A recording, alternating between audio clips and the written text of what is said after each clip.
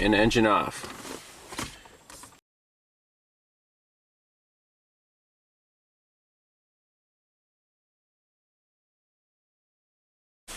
Hey everyone, welcome back to Pine Hollow Auto Diagnostics. Today we have a 2008 Volvo S60 with the turbo 5-cylinder engine. Customer just bought it. Check engine light's on. He wants me to diagnose it. What do we have here? 3 codes. 2900 fuel pressure faulty signal, 2800 fuel pressure sensor signal too low, and 290D fuel pressure signal too low. Interesting. So the layout here, here's the fuel rail, here's the fuel rail pressure sensor, and here I have a gauge hooked up just so we can see real fuel pressure. We're about 44 psi right now. Car's been running for a little while. So let's look at the data.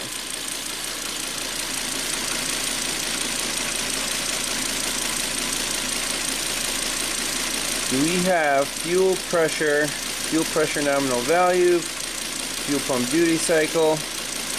Let's read those for now. So it's about 57 psi. Seems to be okay. Data's not dropping out. Now I do see that the sensor looks very fresh. So did the seller try fixing this problem, or are the codes, setting for some other reason? So what I want to do right now is back out of here. We can do freeze frame, but let's just clear these out.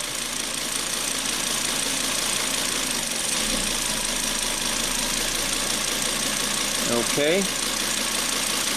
No DTC set.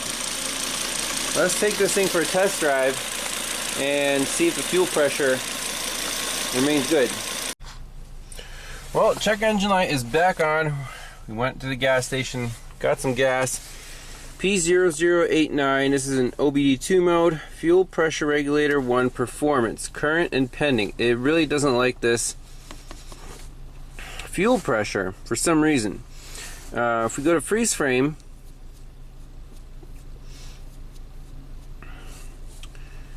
there's the freeze frame. The P0089 caused the Dakota set, and we're at 52 pounds on the fuel gauge, and I've been monitoring the fuel pressure itself. It's always around 40. Seems to be perfect. So I really don't know what to, why this code is setting. We're gonna have to look up some code setting criteria.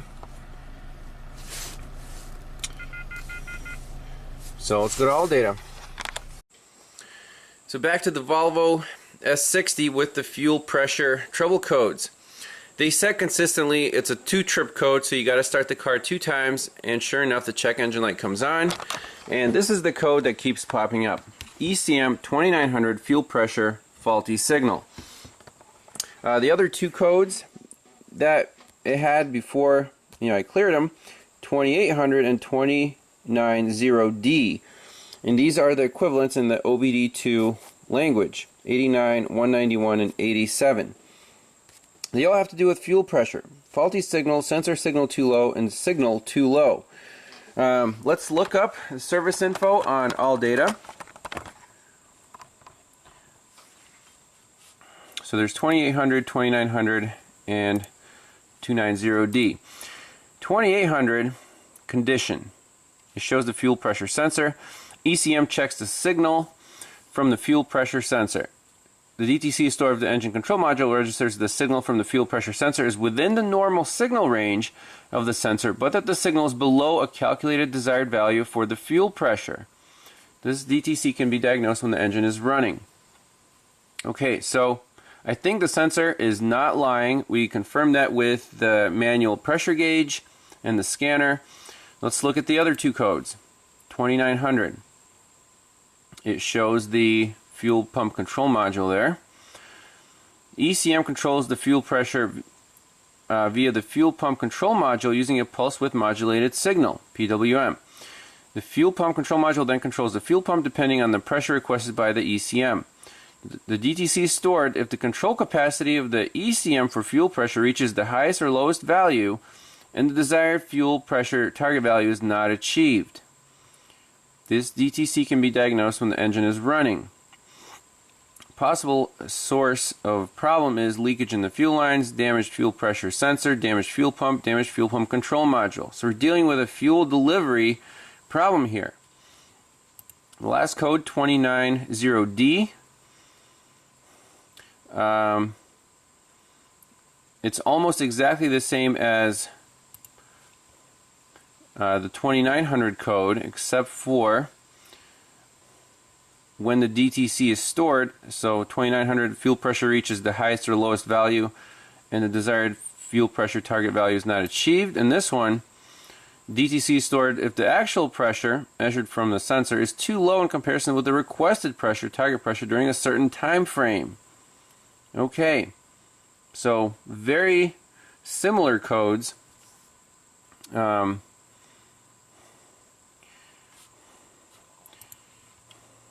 it's setting, all three eventually. If we go to the actual procedure for 2900, so fuel pressure sensor, not worried about that.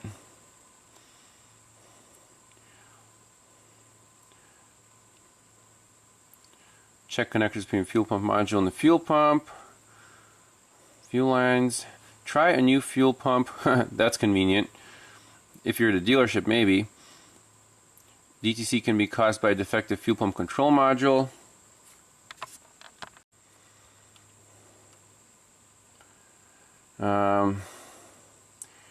Let's keep going here.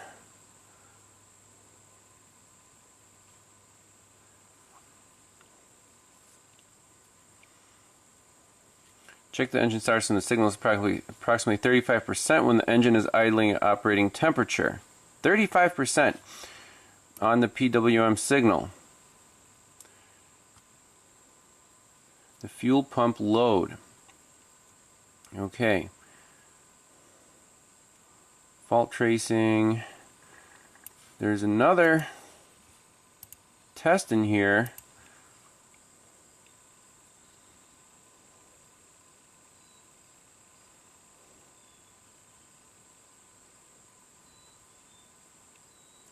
Regulation of fuel pressure. There's this quick test in the scanner that can check the actual fuel pressure, so it commands it and the fuel pressure should follow.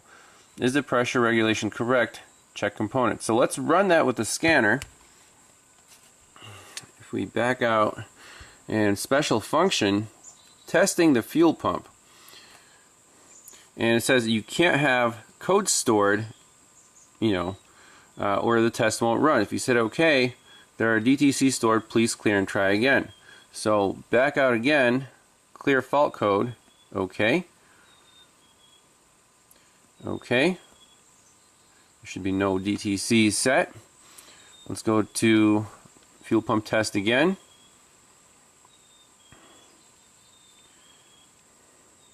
So we have our manual gauge connected, AC is off, read off the relative fuel pressure, check that the values are okay. Yes, fuel pressure sensor is okay. So there's the fuel pressure, 19 psi. Let's go to the car. So we have our manual gauge here. Let's start it up.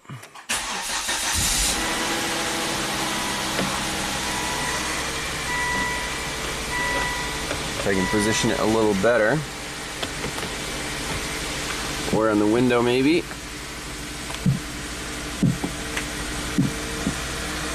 There you go, about 50 psi. And our scanner says about 52 psi.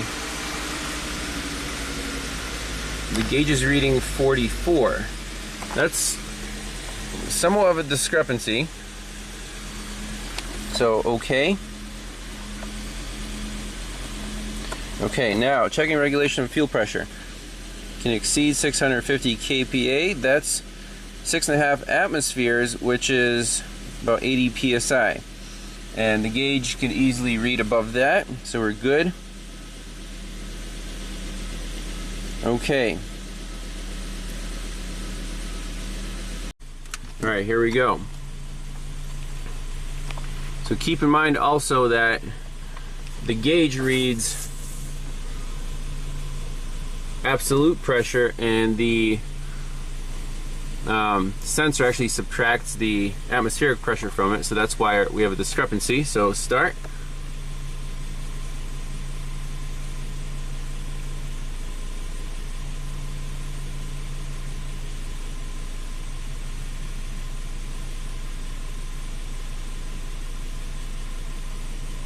I don't see anything wrong with that.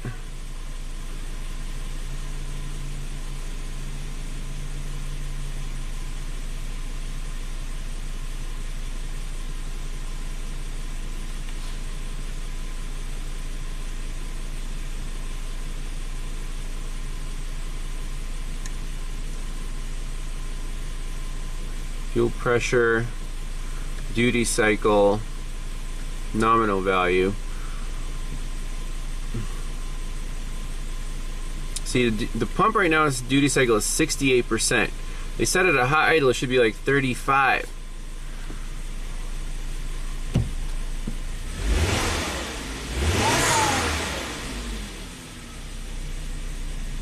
Is that why the code is setting? Is this fuel pump working too hard to provide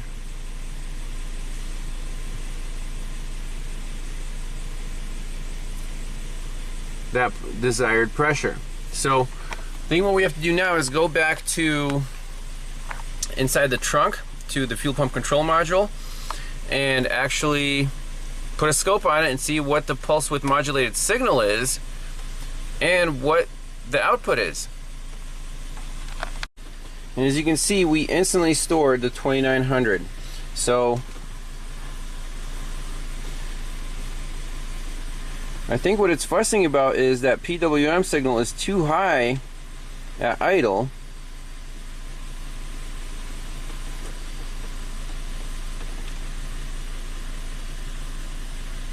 That 68% to achieve the desired fuel pressure at idle. We could take it for a spin and see if that goes to 100, you know, under load. But let's put a scope on this fuel pump control module. Alright, so we're going to have 3 channels on the scope. Here's our fuel pump control module. And it's actually inside the trunk. And here we have 2 fuel pumps, or 2 motors inside the fuel tank. Uh-oh. We didn't read any info on that. But that blue pin comes from our CEM. That's the power feed. Goes off the page right here, and it powers up one of the motors, and it's just grounded. So that whenever there's power on this blue wire, that motor is supposed to run all the time. Okay. Now, the actual fuel pump control module, there's a ground wire, so power and ground to the module, and then 2 wires that go to this motor, white and black. I don't know which one's positive or if it's ground side switched, so channel 1 and channel 2 are on these guys, and then the yellow one is the skinny wire that goes to our engine control module. That's the pulse width modulated signal. Okay, so the actual setup in the trunk, 3 channels. Channel 1 is on the PWM signal. Channels 2 and 3 are on the 2 white and black wires. Wires are going in through the pass-through, and battery ground conveniently is here, so we're going to take advantage of that. Make sure our voltages are good, and there's the picoscope. So let's hook up the laptop. Okay, so here we have 3 channels pulled up on the scope. So key on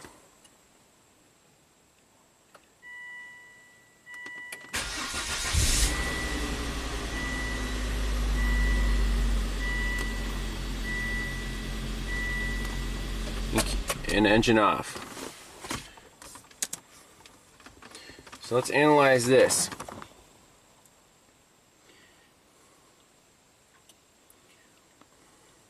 There's like a prime pulse there, right? And the fuel pump's only on when these levels are different, the red and the green. Let's see what's going on right in here.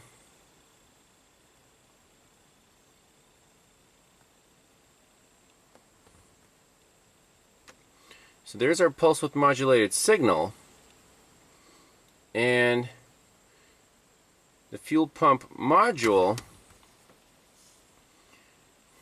is acting really strange. So the green is basically the power feed to the fuel pump, and the red is the toggled brown. What kind of signal is that? I think we have to decrease our time base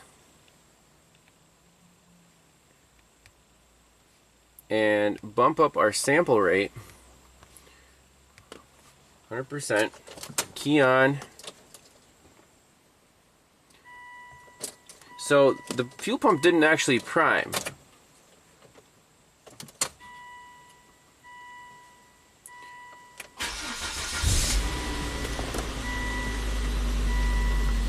It's basically full field until it gets here. Okay.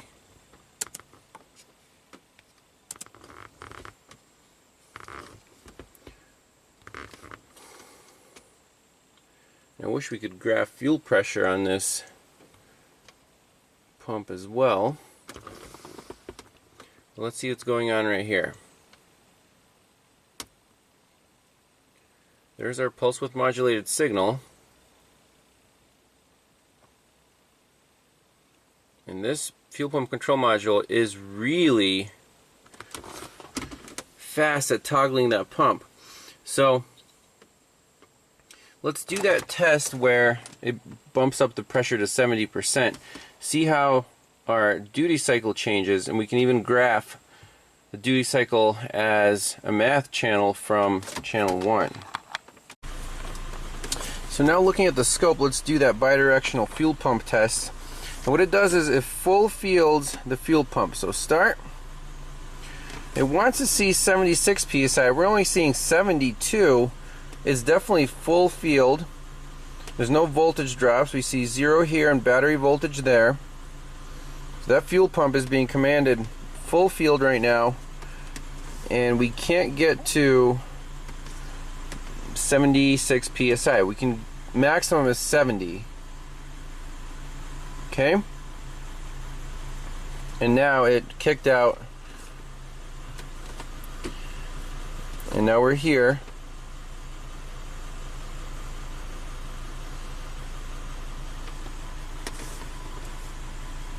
Let's try again.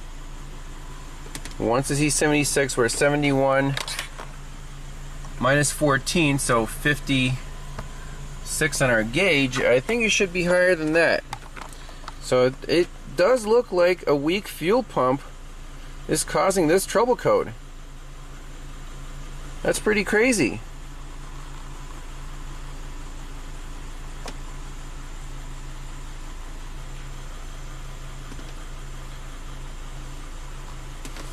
So right here at 64 psi, I can keep up.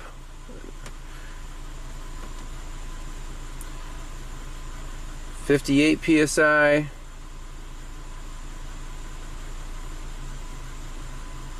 64.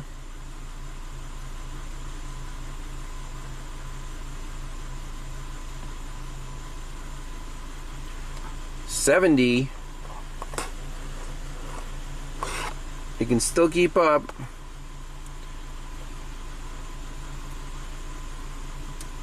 76, it cannot. So that's our test. Full field maximum. It's supposed to reach 76 psi. It cannot. And this is a one-way system, meaning non-return, returnless type. And that's it. We need a new fuel pump. That's the diagnosis for this car. Obviously, we'll put a new fuel filter in it too. But it's pretty picky. Even though you can drive's fine, you know, the pressure's enough to keep the engine going even under boost. This test says, hey, we can't achieve this maximum value here. And as you saw, when the car starts, we're also full fielding the pump, and it's probably looking for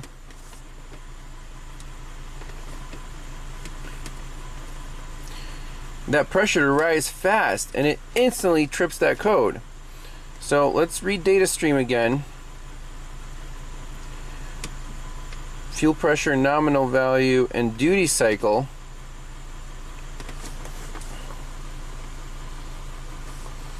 And on the scope, let's go back to our longer time base.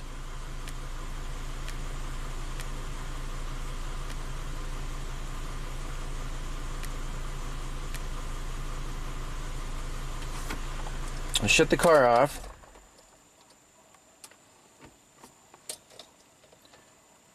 Key on.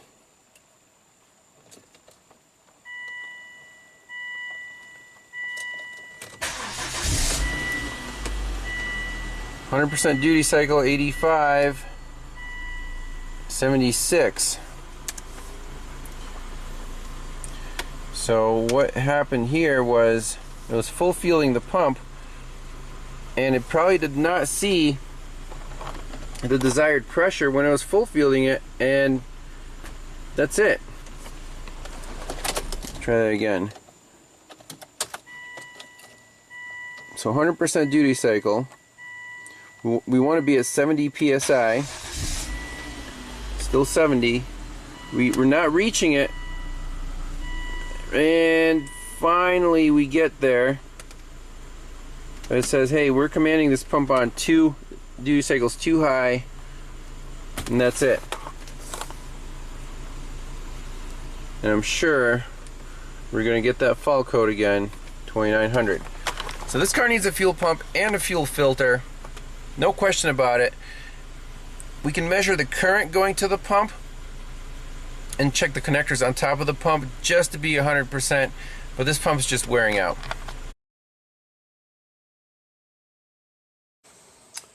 So under the back seat cushion, here's the fuel pump. It disconnected the main bulk connector. Here we have the white and black wires. And what do we see? We see someone's been playing around, poking these wires, I'm assuming in attempts to solve this problem. So, fuel pump's original, maybe they didn't want to go ahead and replace it and just sold the car for cheap to the next guy who was going to have to deal with that problem. So, definitely on the right track. And the last thing I want to do is plug everything in and then just run straight power and ground to those white and black wires from the battery and see what the maximum pressure is of this pump. It should be 80 psi. I don't think we're going to break like 60. Alright, here we go. Positive and negative hooked up to the fuel pump, and we're measuring current. Let's see what happens. About 5 amps. Not bad. Wow, and we're only at 42 psi. That's it.